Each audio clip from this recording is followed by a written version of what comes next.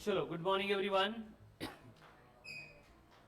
So last lecture discussion शुरू किया था अबाउट कोलिजन। क्या होता है कोलिजन? मतलब क्या है collision? It is an event जिसमें क्या होता है टू और मोर bodies exerts a very strong force for very short interval of time, और उसके वजह से क्या होता है मोमेंटम एंड एनर्जी चेंज होती है एब्रप्टली। ठीक है, उसको हमने बोला था एज ए कोलिजन। ठीक है, तो कोलिजन की केस में हमने और एक पॉइंट स्टार मार्क करके लिखा था कि अगर कोलिजन की प्रोसेस हो रही है तो ऐसे कंपलसरी नहीं कि दोनों बॉडी एक दूसरे के कांटेक्ट में आनी चाहिए। ठीक है, कांटेक्ट में हो भी सकती है एंड कांटेक्ट में नहीं भी हो सकती है। ठीक है, देन 5 स्टेजेस ऑफ कोलिजन को हमने वहां पे ऑब्जर्व किया था, याद है? पहले क्या होता है, दो बॉडी मोशन में सेट होती है, एक दूसरे के टुवर्ड्स अप्रोच करती है, वो स्टेज है बिफोर, जिसमें कोई भी इंटरेक्शन का फोर्स नहीं है। नहीं उसके बाद में दो बॉडीज कोलाइड होना शुरू कर दी थी। फिर वहां पे क्या होता है, कॉम्प्रेशन स्टेज आती है, जहां पे क्या होता है kinetic energy elastic potential energy में कन्वर्ट होना शुरू होती है। ठीक है, देन आती है मैक्सिमम कॉम्प्रेशन स्टेज, और मैक्सिमम कॉम्प्रेशन स्टेज में क्या होता है काइनेटिक एनर्जी जितनी कन्वर्ट हो सकती थी पोटेंशियल में कन्वर्ट हो जाती है। ठीक है, उसके बाद में शुरू होता है एक्सपांशन स्टेज, जिसमें अगेन काइनेटिक पोटेंशियल एनर्जी का कन्वर्जन काइनेटिक में शुरू होता है। देन आफ्टर कोलिजन दो बॉडीज फिर से कोई भी इंटरेक्शन किए बिना ट्रैवल करती है अलोंग सेम पाथ। ठीक है, तो उसके बाद में हमने देखा था कि कोई भी कोलिजन अगर है तो वहां पे जो फोर्सेस होते हैं जैसे कि फ्रिक्शन का, ग्रेविटी का, उसको हम कंसीडर नहीं करते। मतलब कोलाइडिंग बॉडीज के ऊपर कोई भी एक्सटर्नल फोर्स एक्ट ही नहीं होता है, इसलिए हम बोलेंगे वहां पे लीनियर मोमेंटम ऑलवेज कंजर्व होता है। एंड अगर लीनियर मोमेंटम कंजर्व हो रहा है तो इसका मतलब हम लिख सकते हैं m1u1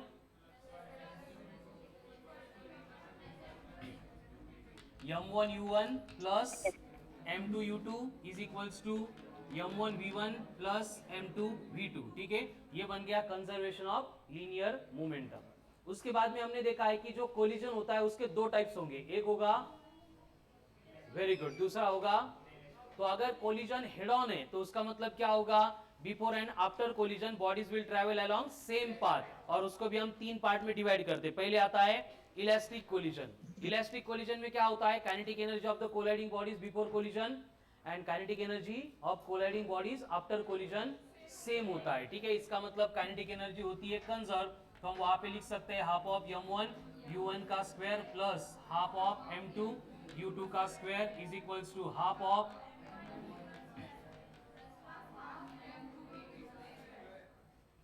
एंड अगर मासेस भी सेम है, काइनेटिक एनर्जीज भी सेम है, तो हम यहाँ पे लिख सकते हैं कि जो वेलोसिटी ऑफ अप्रोच थी वो होगी equals to velocity of separation. But ये कहाँ पे होगा, only in case of head on elastic collision.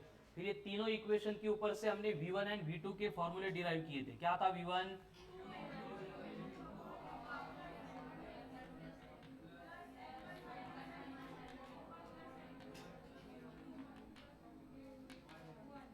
Very good u1 है ना, देन v2 इक्वल्स टू क्या होगा,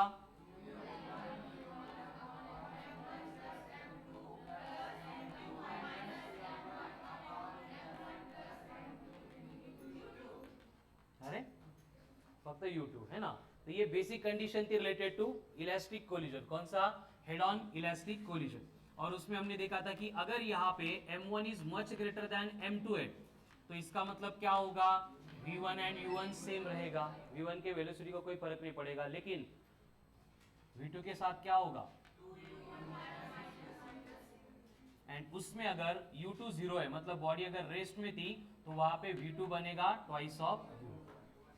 लेकिन अगर m2 much greater than m1 है तो v2 को कोई फर्क नहीं पड़ेगा, v2 बनेगा इक्वल्स टू u2। लेकिन v1 के साथ क्या होगा, 2u2 माइनस u1। ठीक है, फिर से अगर बॉडीज रेस्ट में है तो का same v2 zero and v1 equals to minus of u1।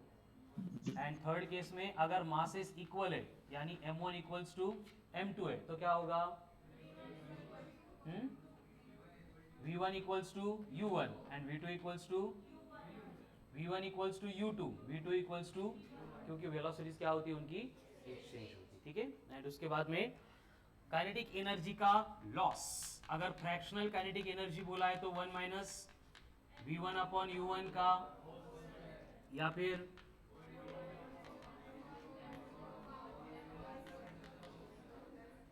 और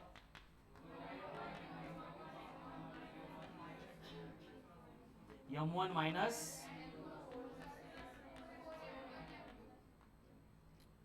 but M2 equals to n times of M1 बोला तो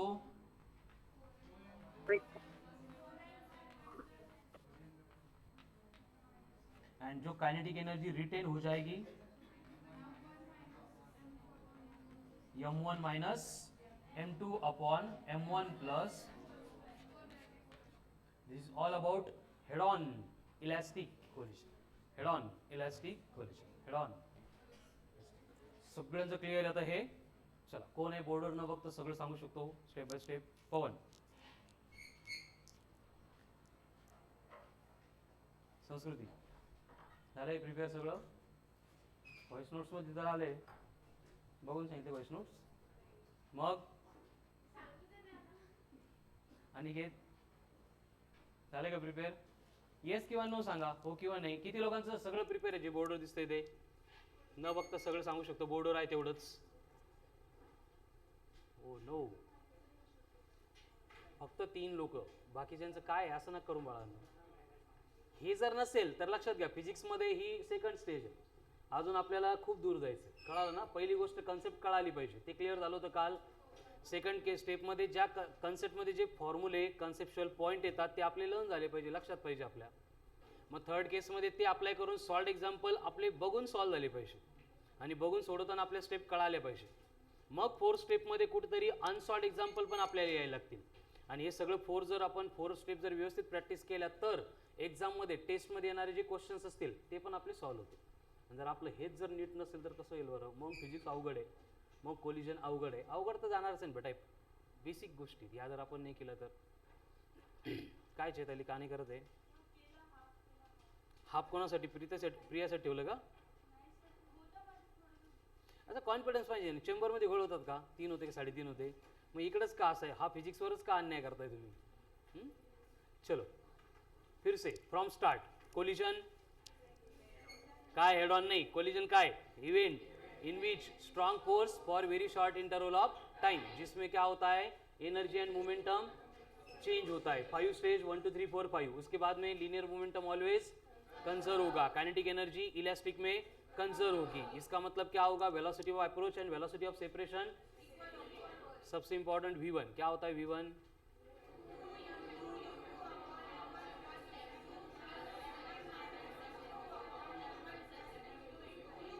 व्यवस्थित बघून सांगताय ना? आणि V2 इक्वल्स टू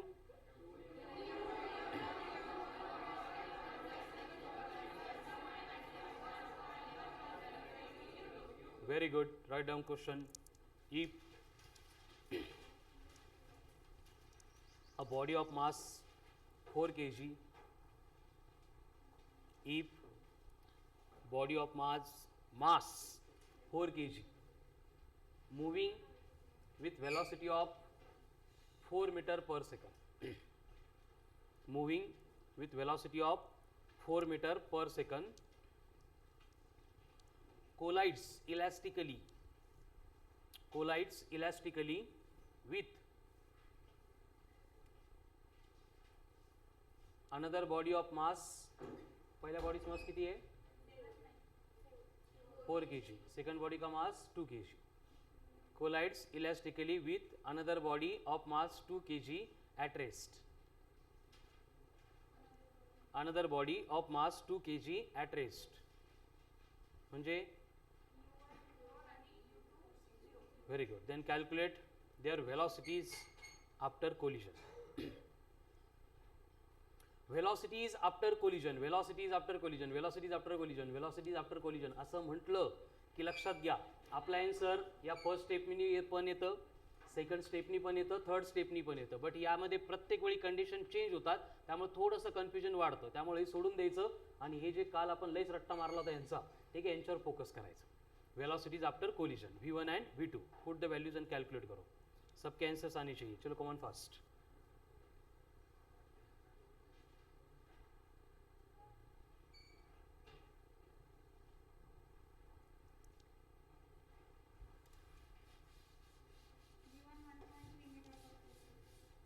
V2, देखो कंडीशन क्या है, क्वेश्चन में बोला है पहला मास से 4 kg का ट्रैवल कर रहा है विथ कितनी वेलोसिटी, हाँ 4 मीटर पर सेकंड। सेकंड बॉडी है ऑफ मास 2 kg, रेस्ट में थी, मतलब U2 जीरो हो गया। हमें वेलोसिटीज आफ्टर कोलिजन कैलकुलेट करनी है, तो जब V1 कैलकुलेट करेंगे हमें मालूम है पहले ब्रैकेट के साथ U2 आता है, वो तो जीरो है, डायरेक्ट सोडून देना आपण त्याला। क्या आएगा फिर ये m1 minus m2 upon m1 plus m2 into U1। Formula तोच आहे, फक्त U2 झिरो असल्यामुळे आपण एक टर्म तिथं कन्सिडर नाही केली, ठीक है। अभी m1 कितना है 4, m2 कितना है 2, 4 माइनस 2, U1 कितना है 4, m1 प्लस m2 कितना आ रहा है फिर 8/6, मतलब 1.33 का है मीटर पर सेकंड। ये हो गई V1। Then V2,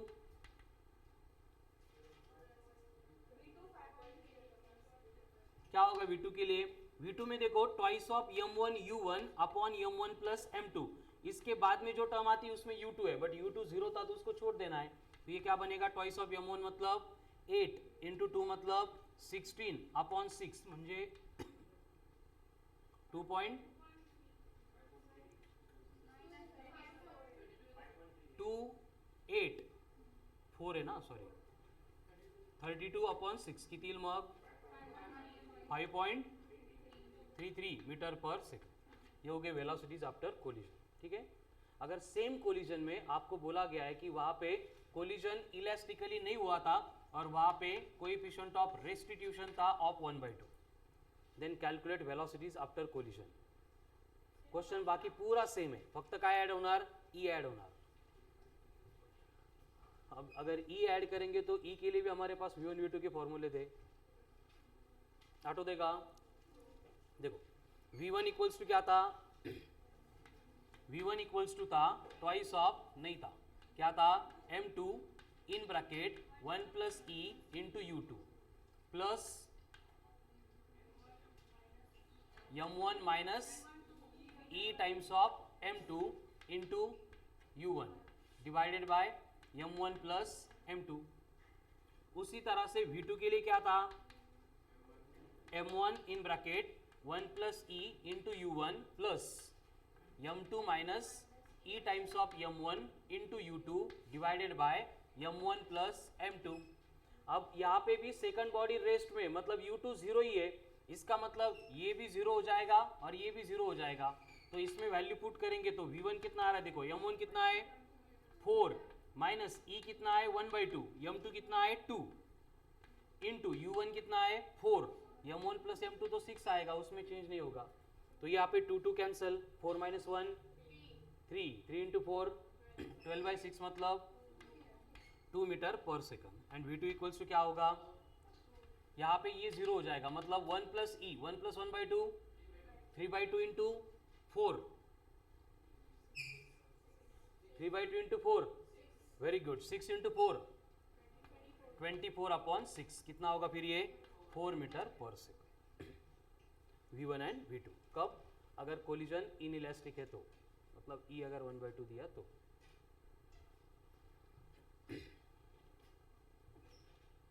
next, if a body of mass m1 if a body of mass m1 collides elastically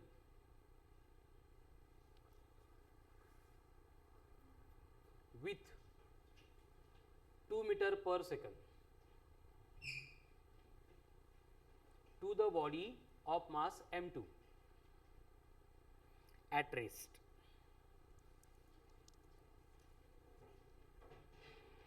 collides elastically to the body of mass m2 at rest, then after collision first body moves with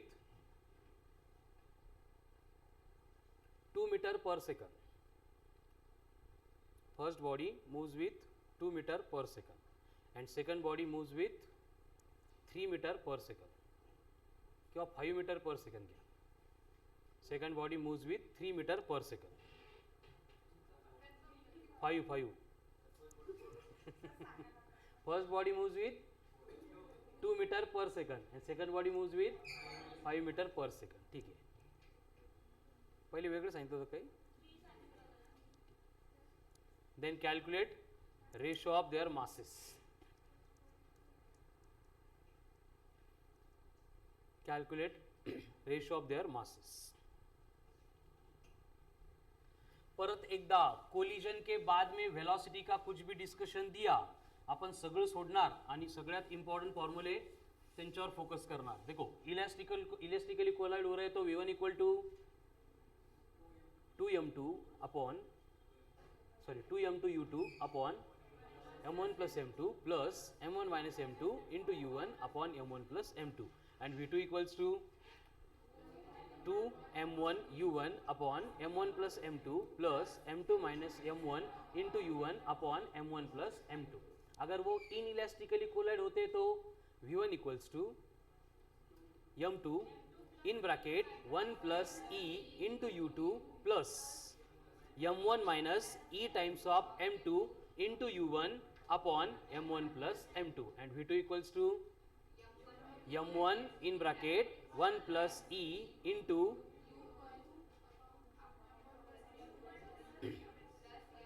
plus m2 minus e times of m1 into u2 upon m1 plus m2. आता collision elastic है का inelastic है? Elastic है. तो हम क्या करेंगे फिर पहली वाली कंडीशन अप्लाई करेंगे. अगेन क्या बोला है कि सेकंड बॉडी रेस्ट लाए. मोस्ट ऑफ द टाइम यही होता है सेकंड बॉडी रेस्ट पे. तो u2 0 बनेगा. इसका मतलब जब हम v1 का फॉर्मूला यूज करेंगे पहले ब्रैकेट में u2 आता है वो 0 है तो पूरी टर्म 0 बनेगी, छोड़ देंगे. तो यहाँ पे क्या बचेगा बस m1 minus m2 upon m1 plus m2 into u1 and v2 equals to क्या होगा twice of corrected m1 upon m1 plus m2 into u1. ठीक है. हमें फाइंड क्या करना है रेशियो ऑफ देयर मासेस. तो यहाँ पे v1 v2 गिवन है का आए, u1 u2 गिवन है का. तो यहाँ पे अगर हम इनका रेशियो लेंगे तो यहाँ पे u1 u1 वैसे भी कट होगा, m1 प्लस m2 भी कट होगा. v1 कितना है, v2 कितना है 2/5 equals to m1 minus m2. Masses क्या बोले तो ये m1 माइनस m2 ही रहेंगे एंड ये ट्वाइस ऑफ m1 ही रहेगा. आता रेशियो फाइंड करायचं म्हणजे m1 m2 m1 upon m2 या फिर m2 अपॉन m1 करना पड़ेगा. ठीक है. तो क्रॉस मल्टीप्लाई करेंगे तो 2 into 2 4 5 into m1 minus of 5 m2 minus 5 इधर आके प्लस 4 उधर जाके तो ये बनेगा 5 m2 इक्वल्स टू m1 यानी m1 upon m2 is equals to हो गया 5. ये हो गया ratio of their masses.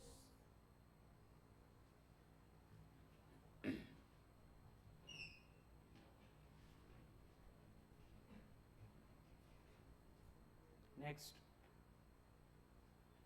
if a body of mass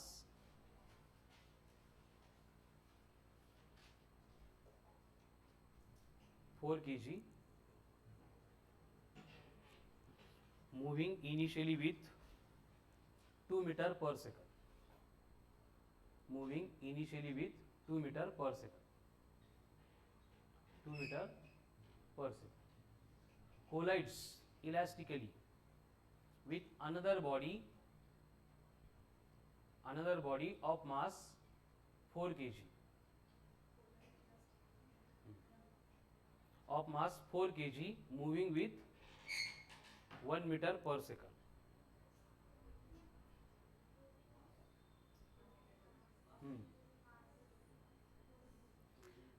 first body है जिसका मास है 4 kg moving with, second body का मास है मूविंग विथ. तो calculate their velocities after collision.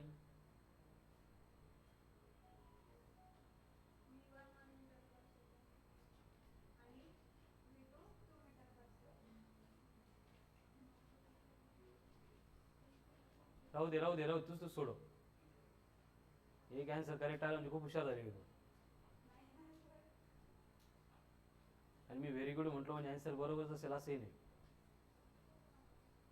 कशा सांगतील, सॉल्व्ह करू देईन तिला.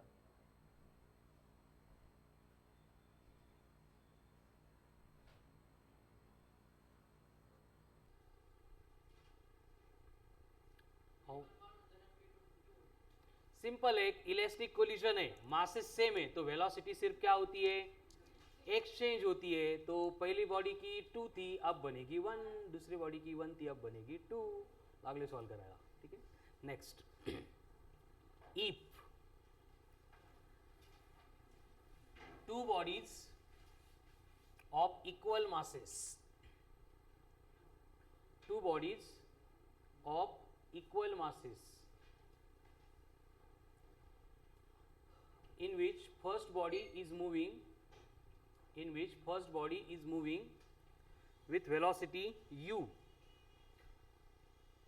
first body is moving with velocity u, collides inelastically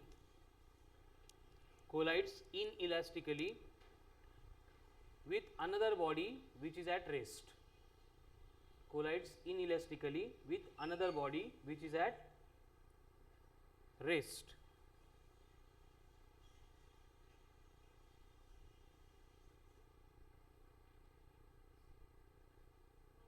If coefficient of restitution is E, then calculate ratio of their velocities after collision. Ratio of their velocities after collision. Ratio of their velocities after collision.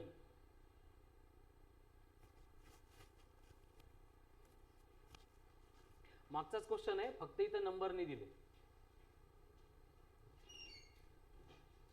Bracket में लिखो if coefficient of restitution is E. Inelastic collision है ना, तो coefficient of restitution लगेगा, कितना है वो, ई.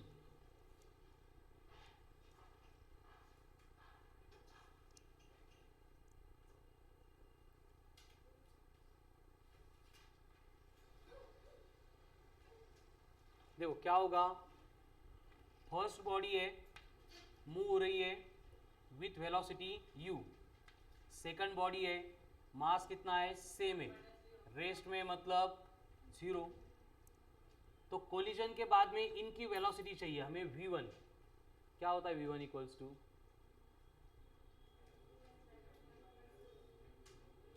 अगर E का फॉर्मूला मालूम है तो वो डायरेक्ट लिख सकते हैं. क्या था v1 equals to m2 in bracket 1 plus E into, but u2 0 आहे म्हणजे ते घेऊन चालेल का, घेतल्यावर काही फरक पडणार नाही, पण काही काम असं नाही. आगे क्या था, m1 माइनस, तो इसको हम क्या लिखेंगे, m minus e m into u. नहीं कळते, कळते का, डिवाइडेड बाय 2m. उसी तरह से v2 चाहिए, तो v2 में क्या होगा, अब m1 माइनस ई m2 इंटू u2 है, तो वो टर्म 0 हो जाएगी.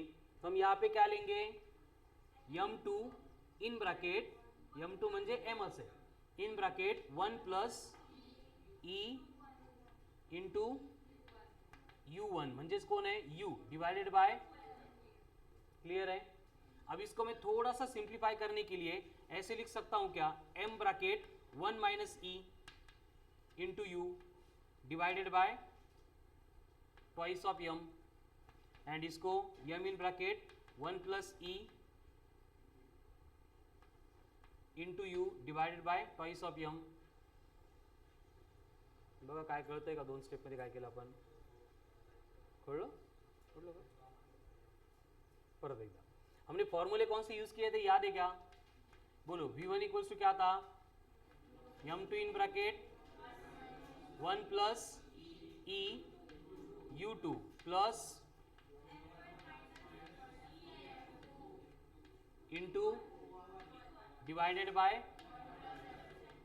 अब इसमें हमने क्या किया कि कंडीशन थी u2 0 है, उसको पुट किया, u2 0 मतलब ये पूरी टर्म 0 हो गई.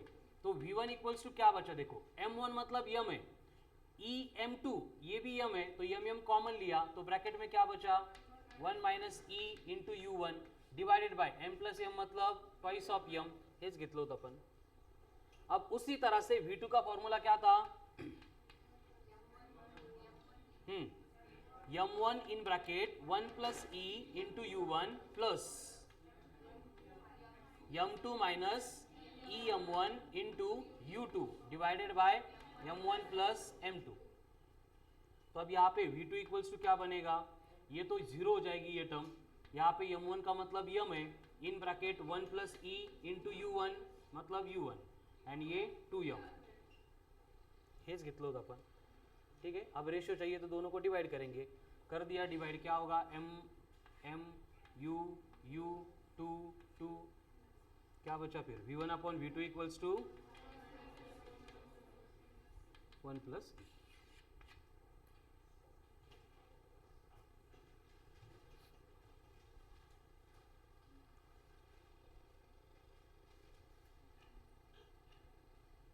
Next,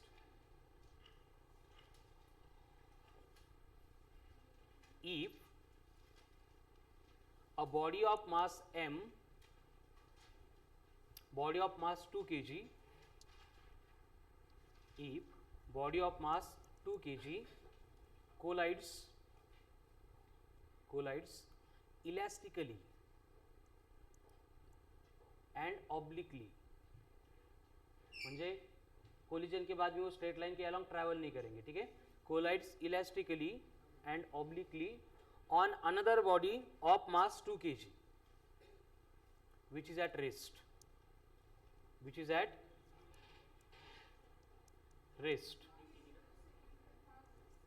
पहिल्या बॉडीचं मास, दुसऱ्या बॉडीचं मास, पहिल्या बॉडीची वेलोसिटी ब्रॅकेटमध्ये लिहून टाका 4 मीटर पर सेकंड. शेवटी देणार होतं पण घेऊन टाका तुम्हाला. कोलाइड्स इनइलास्टिकली क्या elastically and obliquely with body of mass 2 kg at rest. After collision two bodies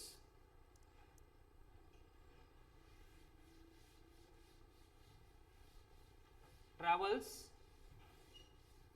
in a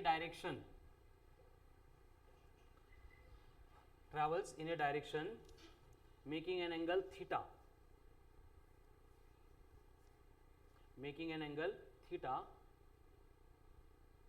with initial direction.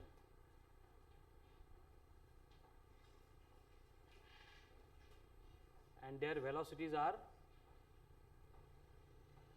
पहले 2 आणि 0 दिले ना, 4 आणि 0 आहे. ठीक आहे, their velocities are 3 and 5.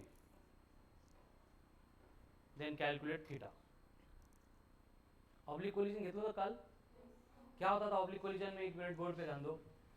First body है, सेकंड बॉडी के ऊपर जाके कोलाइड होती थी एंड कोलिजन के बाद जो दो बॉडीज है इस तरह से ट्रैवल करती थी इन डिफरेंट डायरेक्शन. जैसे कि फर्स्ट बॉडी इधर जा रही है तो सेकंड बॉडी अभी इधर जा रही है, और बोला कि दोनों बॉडीज ये गिवन डायरेक्शन के साथ इक्वल एंगल बना रही है थीटा.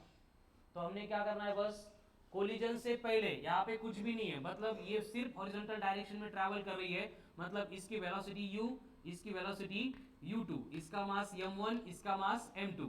लेकिन कोलिजन के बाद में ये जो वेलोसिटी है हमें इसके दो कंपोनेंट लेने पड़ेंगे. एक बनेगा हॉरिजॉन्टल u1 cos थीटा 1, दूसरा बनेगा u1 sin ऑफ थीटा 1. इसका भी एक कंपोनेंट सेम डायरेक्शन में जाएगा तो ये बनेगा u2 cos ऑफ थीटा 2, लेकिन दूसरा कंपोनेंट अपोजिट डायरेक्शन में जा रहा है तो ये बनेगा u2 sin ऑफ थीटा 2. तो यहाँ पे हम लीनियर मोमेंटम को अगर कंजर्व करेंगे तो मोमेंटम बिफोर कोलिजन क्या होगा, m1 u1 plus m2 u2 equals to सिर्फ हॉरिजॉन्टल कंपोनेंट, क्योंकि लीनियर मोमेंटम वेक्टर क्वांटिटी है. इसको अगर हमने हॉरिजॉन्टल डायरेक्शन में लिया है तो ये हॉरिजॉन्टल डायरेक्शन में हमें कंपोनेंट्स लेने पड़ेंगे. तो ये बनेगा m1 u1 cos of theta 1 plus m2 u2 cos of theta. लेकिन अगर वर्टिकल कंपोनेंट यहाँ पे कंसीडर नहीं करेंगे तो मोमेंटम कंजर्व नहीं होगा. इसलिए हमें क्या करना पड़ेगा, बिफोर कोलिजन जो वर्टिकल डायरेक्शन में मोमेंटम है हाइट्स में म्हणजे 0 है, इक्वल टू लेना पड़ेगा u1 sin theta 1 minus u2 sine of theta, यानी कि यहाँ पे ये m1 u1 साइन थीटा 1 बनेंगे equal to m2 u2 sine of theta 2। ठीक है, ये ऑब्लिक कोलिजन की केस है। अब क्वेश्चन में क्या दिया है, u1 दिए, u2 दिया है, v1 दिए, v2 दिया है, m1 दिया है, m2 भी दिया है, और क्या कैलकुलेट करना है, इकट न करा नहीं तो रिकट न करा। कौन सा सिंपल है, यहाँ से सिंपल है ना। m1 कितना है, u1 4, क्या कैंसिल, कहाँ पर,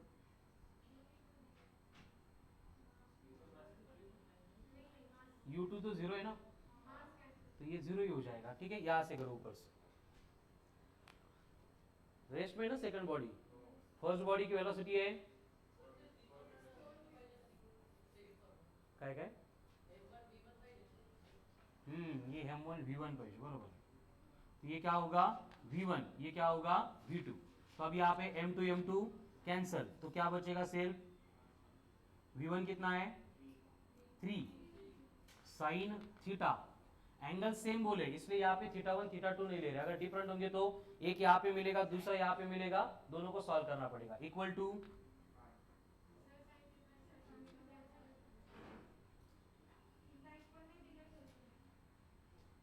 इक्वल नहीं दिलेगा, काय म्हणते लास्टला,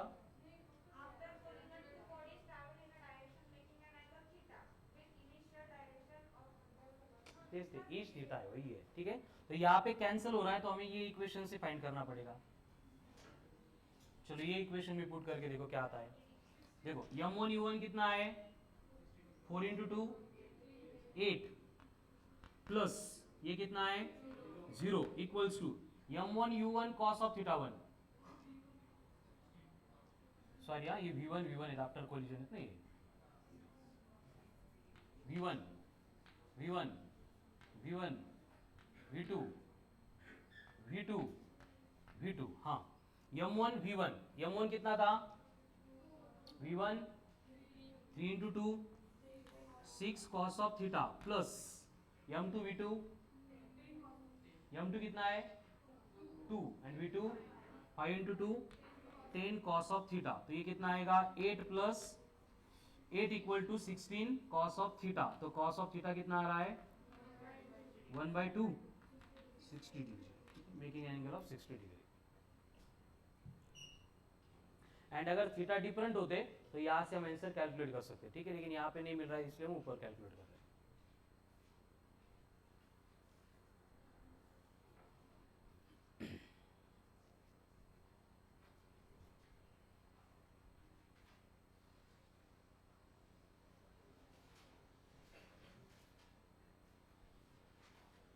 Next,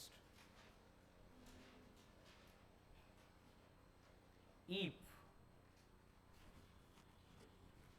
a body is dropped from height h naught, if a body is dropped from height h naught on the floor,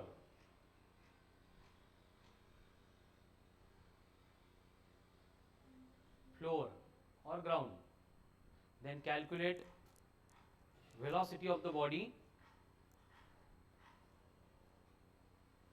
on the floor, calculate velocity of the body on the floor।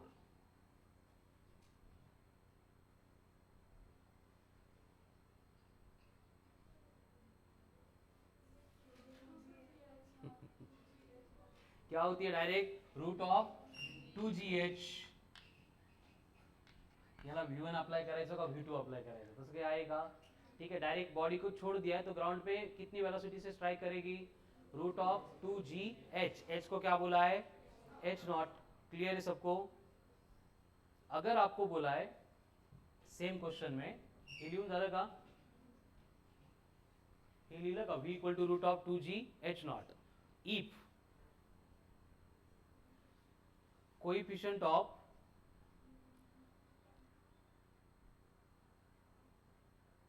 if coefficient of restitution between, काय drop केले, body होता का ball होता, हाँ body, ठीक है. if coefficient of restitution between body and the floor is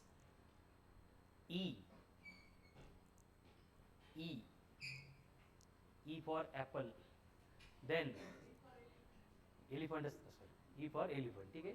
then calculate the height up to which body can rise.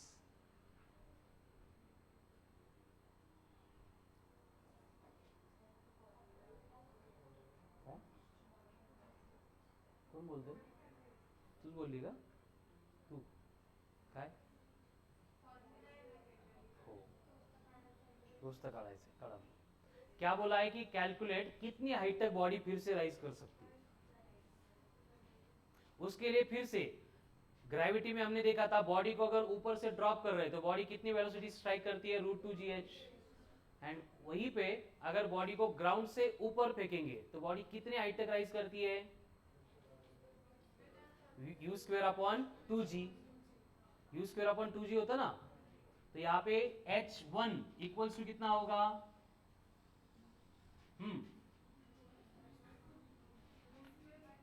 v²/2g. नाही answer नाही आहे, अजून येईल ना आन्सर त्याच्यामध्ये. कोएफिशिएंट ऑफ रेस्टिट्यूशन कुठं आला, बट कंडिशन काय आहे, देखो ये v एंड ये v, हे इथपर्यंत समजून घ्या पहिले. हे 1Dचं मोशन अंडर ग्रॅव्हिटीचं आहे. आता आपल्याला एक छोटासा पॉईंट हळूहळू इंट्रोड्यूस करायचा इथं. हे क्लिअर झालं का, बॉडीला आपण ड्रॉप केलं √2gh, खालून वर फेकलं, कितने हाइट तक जाती है, u²/2g.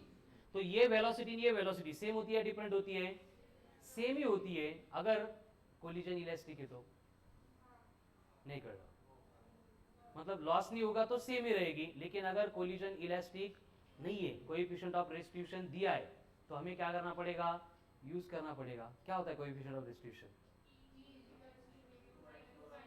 ते v2 - v1 u1 - u2 कुठून आलं होतं, त्या अगोदर काही लिहिलंय का, रेशो ऑफ, नाही म्हणतात, डोक्यातली ब्रेन घडी काढून ठेवली सर्व्हिसिंगला. Ratio of velocity of separation to the velocity of approach, इतना फॉर्मूला आला होता. ठीक है, अब इन दोनों में हमें देखना पड़ेगा अप्रोच की कौन सी है, सेपरेशन की कौन सी है. खाली पड़ता ना, वेरी गुड, एंड वर जाता ना, इसका मतलब ये अगर v है तो ये v1 बनेगा.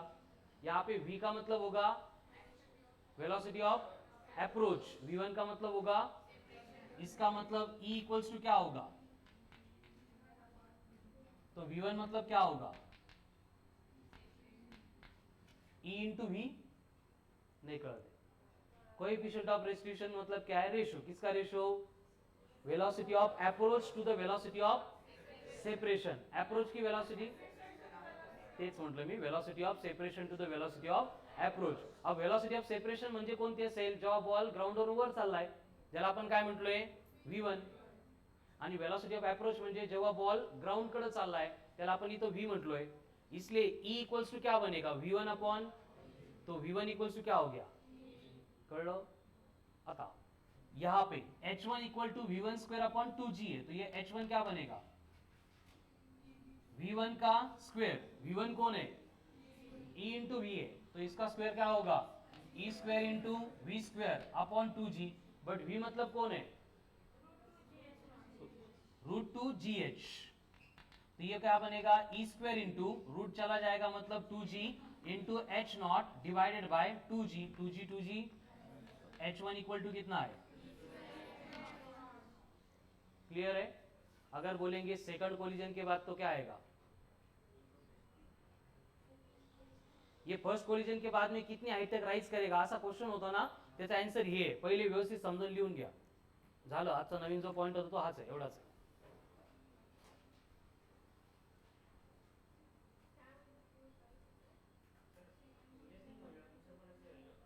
क्वेश्चन जो लिहिलाय का, हे त्याचा आन्सर आहे, हे लिहून घ्या समजा, एवढंच म्हटलं मी. असं म्हटलं होतं का कोलिजन इज इलास्टिक, नव्हतं म्हटलं. कसं होणार वर पवन, तू डॉक्टर झाला तर.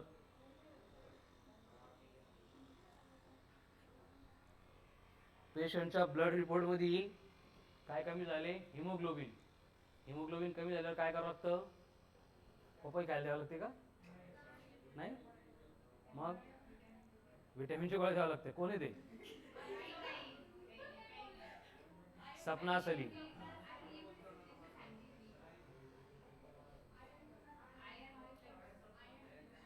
मग आयन कशात भेटतं, पालक. आणि पपई कधी खाल्ली याची, मग प्लेटलेट्स कमी झाल्या. मग पवनकडे पेशंट येईल हिमोग्लोबिन कमी झाल्याचा, हा रिपोर्ट वाचून घेईल, त्याला 4 पपई खाऊन घेऊ द्या. असं करू बाळा. चल हो गया. तर आता परत रिपीट करायचंय. कैलकुलेट द हाइट आफ्टर, ये फर्स्ट कोलिजन के बाद थी, सेम क्वेश्चन है काय, calculate the height attain bye the body after second collision. Second collision कळतं का, सेकंड टप्पा, दूसरा टप्पा खाल्यावर किती हाइट वर जाईल body, write down, write down करो कैलकुलेट. अब देखो सेकंड कोलिजन हो रहा है, मतलब वो ऊपर जा रहा है, ऊपर जाते टाइम वेलोसिटी कौन सी होगी, v2 राहील ना, नाही कळत आहे. हे बघा, बॉडी इथून पडली, इथं आली, इथून पडल्यानंतर किती आहे, वर जाताना, परत खाली येताना, वरती काय आहे, परत वर जाताना, कळतंय. मग आपल्याला जर हा h काढायचा तर आपल्याला कोण लागेल, v2. तो ये v2 इक्वल्स टू कितना होगा, वेरी गुड, यहां से e टाइम्स ऑफ v1 होगा. नाही कळत, जर हे कळत नसेल तर डायरेक्ट लक्षात ठेवा, जास्त डोकं लावू नका. vn equals to e raise to n into v and h in n equals to e raised to twice of n into h naught. Very good. मतलब सेकंड कोलिजन बोला है तो 2 into 2 e raise to 4 into h naught. अगर 10th collision के बाद पूछेंगे तो e raise to 20 into h naught. And velocity कितनी होगी, 10 टाइम्स ऑफ v. ठीक है. उसके बाद में total distance travelled by the body during n number of collision कितना होगा, या फिर before coming to rest, h naught in bracket 1 plus e square upon 1 minus e square, and time required by the body to come to rest 1 plus e in upon 1 minus e into root of twice of h naught upon g. कुठं डोक्याला ताण करून घेता आहे की नाही derive करताना, direct formula लक्षात ठेवा. आणि या बेसवर एक्झाम मध्ये येणारे क्वेश्चन आहे का, ई ला सिम्प्लिफाय करायला येत नाही, डायरेक्ट थेरॉटिकल क्वेश्चन असतं. त्यामुळे हे ॲज इट इज लक्षात ठेवा. काय काय लक्षात ठेवायचं मी स्टार मार्क करून लिहून देतो, ताण घेऊ नका. Right down. पवनने काल खूप टेन्शन घेतलं, एका दिवसात एवढं शिकवते कोणी सर. आणि हाच पवन मला 15 दिवसापूर्वी सजेशन द्यायला आलं होतं, सर बायोकेमिस्ट्रीच्या 2 सायकल चालू आहेत म्हणे. सायकल का काय काय, नाही नाही नाही काय, त्याने वर्ड यूज केला होता, सायकल म्हटला का काय, म्हटलं काय म्हणली तू पण तेच म्हणली होती. हा 2 ट्रॅक चालू आहे म्हणे. बायोचे 2 ट्रॅक चालू आहे, एक 11चा ट्रॅक आहे, दुसरा 12चा ट्रॅक आहे. दोन्ही ट्रॅकवरून ट्रेन चालले आहेत. केमिस्ट्रीचे पण 2 ट्रॅक आहेत म्हणे, त्या 2 ट्रॅकवर 3 ट्रेन चालले आहेत. तर फिजिक्सचे पण आपले 2 ट्रॅक सुरू करा म्हणे. तू म्हटला, तुझ्यानंतर संस्कृती म्हटली होती. ठीक आहे. तर आपल्या ना आपली काही काय म्हणतो आपण त्याला, आपली ना हे काय, हे लिहून घ्या तुम्ही, मी सांगतो तुम्हाला.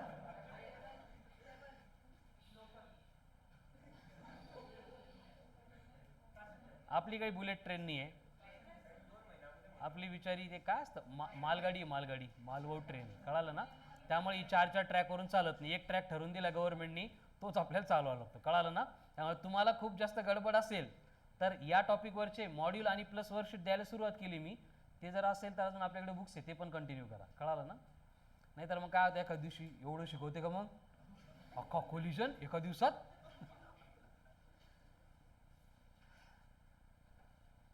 हे सगळ्यांनी बेटा प्लॅन असतं, किती खायचं आणि किती डायजेस्ट होतं आपल्याला, कळालं ना. काय काय ते विचारताना कसं, सर एका दिवसात एवढं सगळं कसं करायचं, हे असं वेगळं, सर एका दिवसामध्ये सगळं कसं करायचं आहे हे वेगळं, कळालं ना. दोन्ही वेगवेगळे क्वेश्चन्स आहेत. हां काय लिहिलं स्टार मार्क करून लिहा. When a body is drop from height H not, when a body is drop from height h naught, then after n number of collisions with the floor,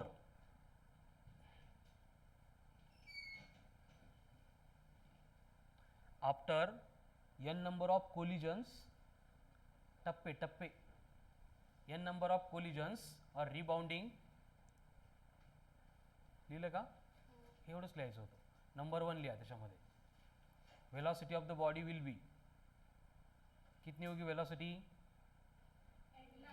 E raise to n into v naught. आता v naught प्रत्येक वेळी दिलेलं नसतं, ते calculate कसं करणार आपण? Root of 2g into h naught, कारण एच नॉट दिलेलं असतं. व्ही एन इक्वल्स टू, हे असं लिहायचं, v n equals to e raise to n into v naught. V naught म्हणजे पहिल्या टप्प्याला पडताना किती वेलॉसिटी होती. Number 2, height attained by the body after nth collision, height attained by the body after nth collision. nth collision के बाद में कितनी हाइट अटेन करेगी बॉडी?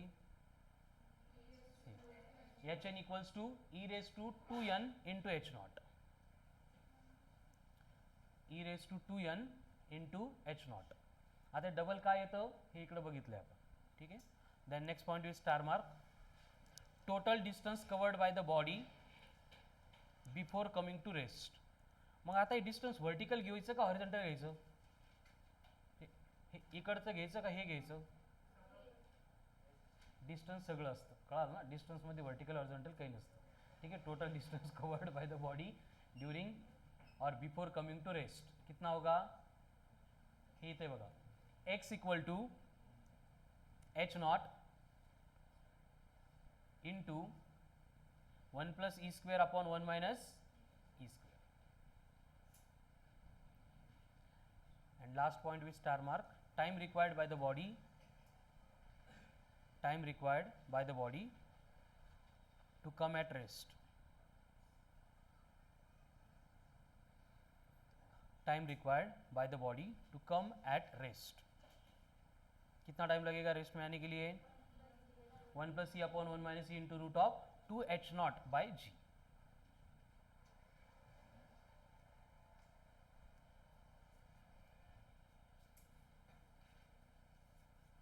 ठीक है. सो ये हो गया all about collision. Pavan, all about collision, ठीक है. अब कोलिजन से रिलेटेड मॉड्यूल में जो सॉल्व एग्जांपल है वो सारे फॉर्मूला बेस्ड ही है. जैसे हमने सॉल्व किए फॉर्मूले में वैल्यू पुट करके बस उसको सॉल्व करना था, ठीक है. तो सॉल्व एग्जांपल कितने देखो एक बार, काड़ा मॉड्यूल 10 कोलिजन फ्रॉम 90 टू 100, ठीक आहे. 90 टू 100 याच्यामधले 5-6 तर आपण क्लासमध्ये सॉल्व केलेच असतील, ठीक आहे. राहिले जे 2-4 आहेत ते आपले आजचा होमवर्क आहे. काल मी सांगितलं होतं, काल फक्त काय करायचं आपल्याला? फॉर्म्युले लर्न करायचे होते, ठीक है. चलो अब कंसेप्ट एप्लीकेशन निकालो. कंसेप्ट एप्लीकेशन कुठली आहे? 6th one. Concept application 6. खूप जास्त अवघड आहे कोलिजन, कळालं ना. कन्सेप्ट ॲप्लिकेशन ते तुमच्याकडून सॉल्वच होऊ शकत नाही कन्सेप्ट ॲप्लिकेशनचे क्वेश्चन्स, म्हणून आपण क्लासमध्ये घेतो, कळालं ना. बघा first question, inelastic collision. हे बघा कुठलं आहे? इन इलास्टिक कोलिजन, स्पेस नहीं. अब इन इलास्टिक कोलिजन है तो ऑप्शन दिए आपको, मोमेंटम कंजर्व हो रहा है, काइनेटिक एनर्जी नहीं. हेच आहे का? Very good. एवढा अवघड क्वेश्चन होता, ठीक है. Second, in elastic collision is the, in elastic collision is the, क्या होगा इन इलास्टिक कोलिजन में? कायनेटिक एनर्जी कंजर्व नाही झाली पाहिजे, बाकी सगळं झाले तरी चालेल. आता फर्स्ट वन आहे collision of ideal gas molecule with walls of container. हे तर परफेक्टली इलास्टिक कोलिजन असतात. झालंय का केमिस्ट्रीमध्ये? नाही, हां आयडियल कोलिजन असतात, तिथं परफेक्टली इलास्टिक कोलिजन कन्सिडर करतो. कुठल्या टॉपिकमध्ये? मॅटर ऑफ स्टेट्स का states of matter? States of matter झाला का स्टेट्स ऑफ मॅटर? मग झाला काय आतापर्यंत? नाही, मला टॉपिकची नावं सांगा ना. जर एखादी टेस्ट मला तुमच्यासाठी ठेवायची ठरवलं तर, कारण सेकंड टेस्ट मी पॅटर्न प्रमाणे ठेवणार आहे. नाही जर सगळ्यांच्या अशाच विकेट्स गेल्या तर त्यानंतर मला तुमची टॉपिक घेऊन त्या लिस्टवर आपल्याला टेस्ट कंडक्ट करावं लागते. पण होईल काय माहिती आहे का, 4 जणांचे 4 वेगळे टॉपिक झाले असतील तर आपल्याला पेपर चेंज करावं लागतील. ठीक आहे. किती लोकांचा? तुझा कुठला आला बायोचा? Period table बायोचा. नहीं रहू द्या. In elastic collision is the, क्या होगा, आइडियल गैस मॉलिक्यूल का तो नहीं है, इलेक्ट्रॉन एंड पॉजिट्रॉन का. आठवत है का? Pair production, annihilation. तो वहाँ पे क्या होता है, दोनों कंबाइन ही हो जाएंगे. मग हाँ काय, काइनेटिक एनर्जी का पार्ट ही नहीं बचेगा, मास ही नहीं बचेगा, मतलब काइनेटिक एनर्जी कंजर्व नहीं होगी. मतलब वो कौन सा कोलिजन है? In elastic collision. When two bodies collide elastically then collides elastically then perfectly inelastic. काय नेमकं काय डोक्यात काय तुझ्या बेटा? टू बॉडीज कोलाइड्स इलास्टिकली म्हणजे काय होईल? Linear momentum conserve, kinetic energy conserve.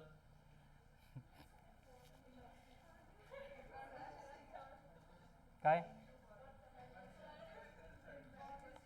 नाही नाही, फोर्थ क्वेश्चन मी रीड केला होता ना. थर्डचा आन्सर होतं का? ठीक आहे, मला पण गरज टॅबलेटची. Third question, when two body stick together. Stick together म्हणजे परफेक्टली इन इलास्टिक कोलिजन. बेटा आन्सर महत्वाचं नाही, त्याच क्वेश्चनचं ते आन्सर महत्वाचं आहे. कळालं ना? Next question number 5. The coefficient of restitution for perfectly in elastic collision 0. Which of the following statement is true for collision?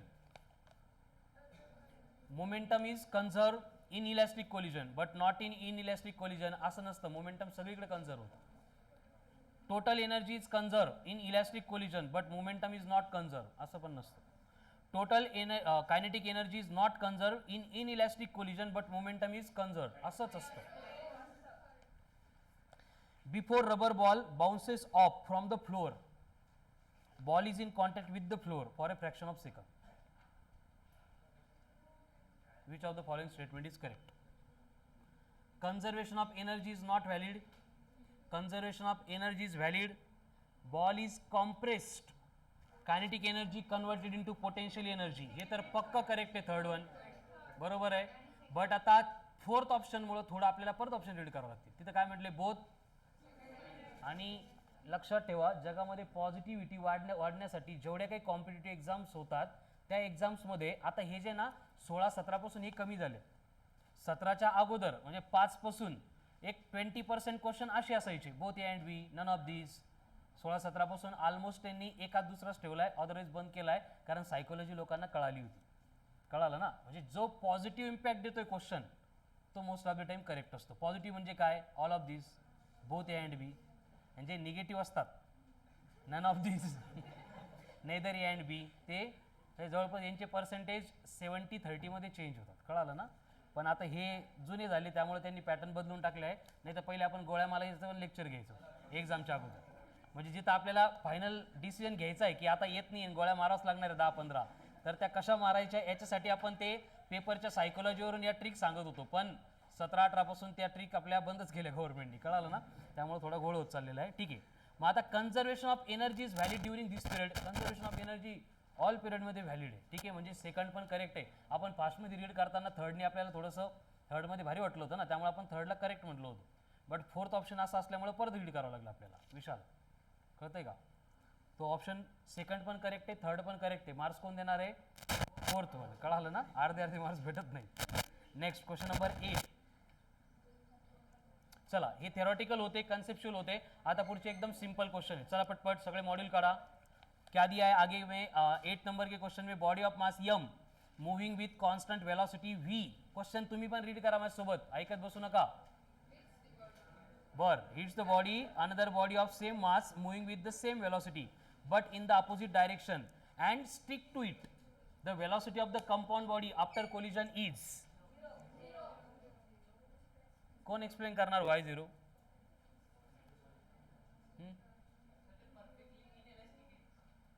बर, मग परफेक्टली इनइलास्टिक मध्ये कोलिजनच्या नंतरची वेलोसिटी किती असते? असं कोण म्हटलं तुला? मग काय, after collision they moves with common velocity, बरोबर आहे. ती काढणार कशी आपण, m1u1 plus m2u2 equals to m1 plus m2 into v, कळता है. बट अभी अपोजिट डायरेक्शन बोला इसलिए क्या होगा, u2 को माइनस लेना पड़ेगा, तो m1u1 माइनस m2u2 लेना पड़ेगा, बट दोनों के मासेस भी सेम है, तो क्या होगा mu इसलिए वेलॉसिटी झिरो बनेगी. कळालं ना, कोलिजन नंतर झिरो होते असा काही नियम नाही आहे. आणि मासेस डिफरंट असले असते मग सॉल्वच करायचं प्रत्येक वेळी. कळालं, ठीक आहे. लिहा तिथं, when two bodies collides in इलॅस्टिकली.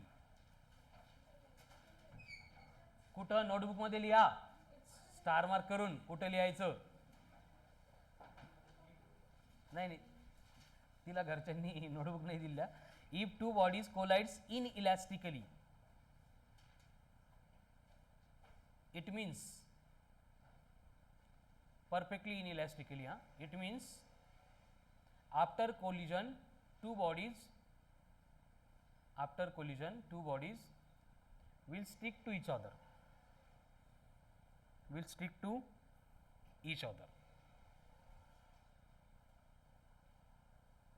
therefore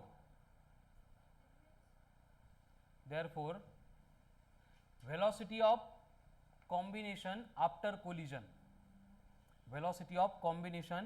collision is क्या होगा, m1u1 plus m2u2 upon m1 plus m2,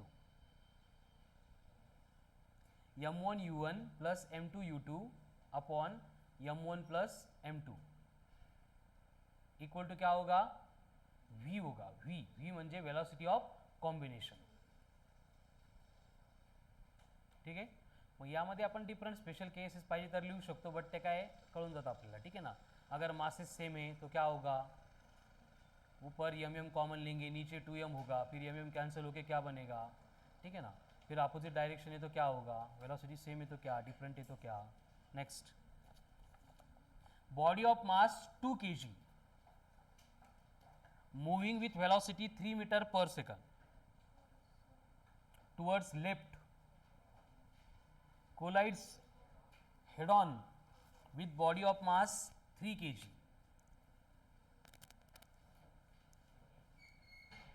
moving in opposite direction with 2 meter per second. After collision two bodies stick together and move with common velocity. तोच formula जो आता तुम्ही लिहिला का, फक्त त्यामध्ये डायरेक्शन अपोजिट असल्यामुळे काय करायचं आपल्याला, m1u1 मायनस m2u2 करणार आहे. ठीक आहे. व्हॅल्यू पुट करा आणि करा कॅल्क्युलेट. 3 × 2 6, 3 × 2 6 minus 6 0 upon anything. लिहा आता लगेच कळतं, पण नंतर आपण बोलू.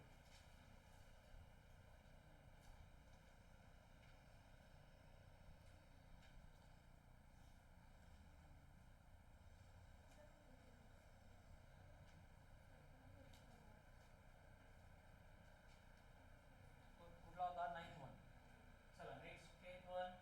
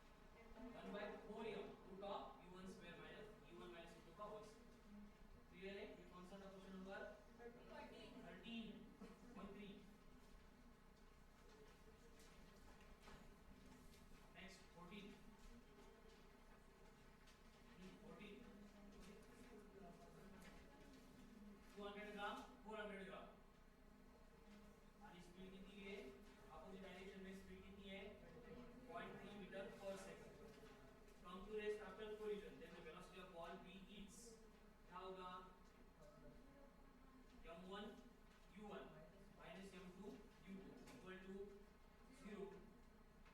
कोलिजन कौन सा है?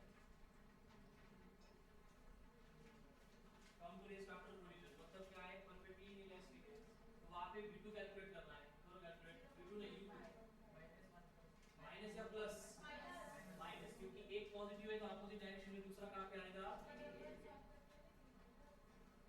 सॉल्व कर देना नहीं, ध्यान में थोड़ी सही है अननोन असताना आपण साइन घेतो का करतो?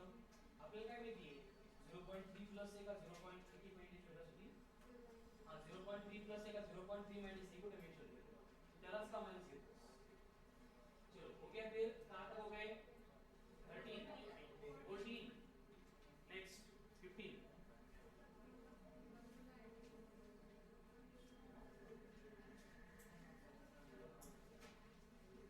अगेन खूप अवघड क्वेश्चन है 14।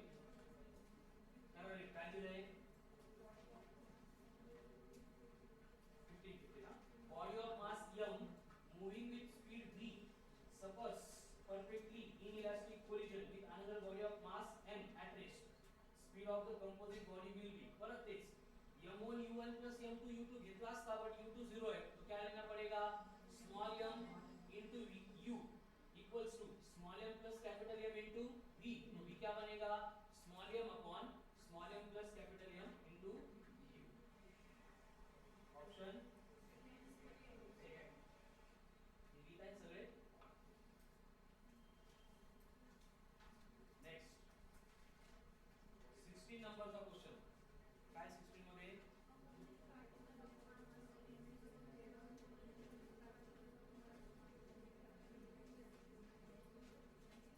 परसेंटेज लॉस, खूप अवघड क्वेश्चन आहे। कोण सोडवणार आहे बोर्डवर? कोण सोडवणार बोर्डवर? कोण आहे वो? No one? अरे एक पण नाही? रुपेश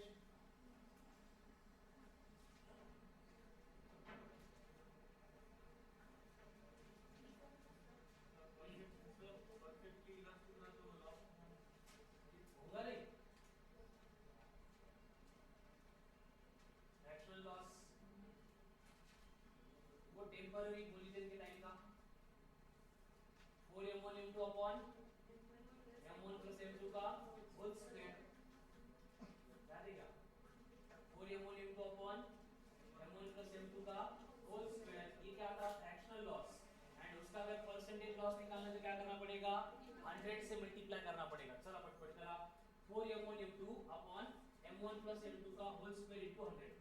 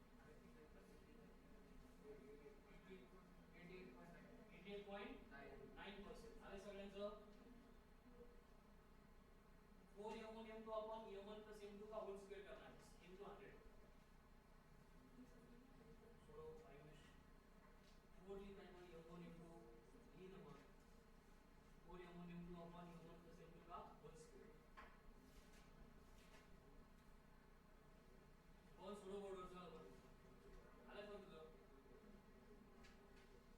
हां प्रियंका सोडो बोर्डवर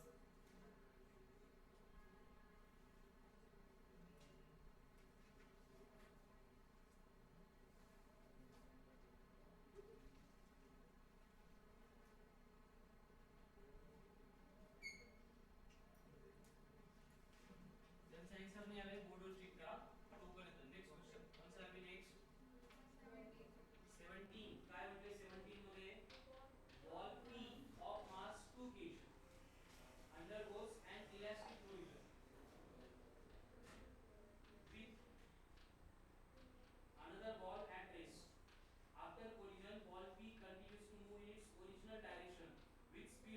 4 of its original speed means यहाँ पे v1 क्या दिया है u by 4 v1 क्या दिया है u by 4 v1 को क्या लेना पड़ेगा फिर u u2 कितना बनेगा 0 तो v1 का फॉर्मूला क्या था पैटर्न और क्वेश्चन नंबर 17 और question number 17 v1 equals to twice of m2 u2 अपने बोर्ड वर सरफ नहीं करत नंतर बघा पहिले मी जे सांगतो त्यावर फोकस करा 17 नंबर का क्वेश्चन है ना उसको सॉल्व करने के लिए v1 इक्वल्स टू क्या है 2m2 upon m1 plus m2 sorry 2m2 u2 upon m1 plus m2 plus m1 minus m2 upon m1 plus m2 into u1। अब इसमें जो है वैल्यूज पुट करो u2 कितना है 0 u1 कितना है u एंड v1 कितना है 1/4 मतलब u by 4 और वहां पे कैलकुलेट क्या करना है m2 करो फिर कैलकुलेट हाँ Recording stopped.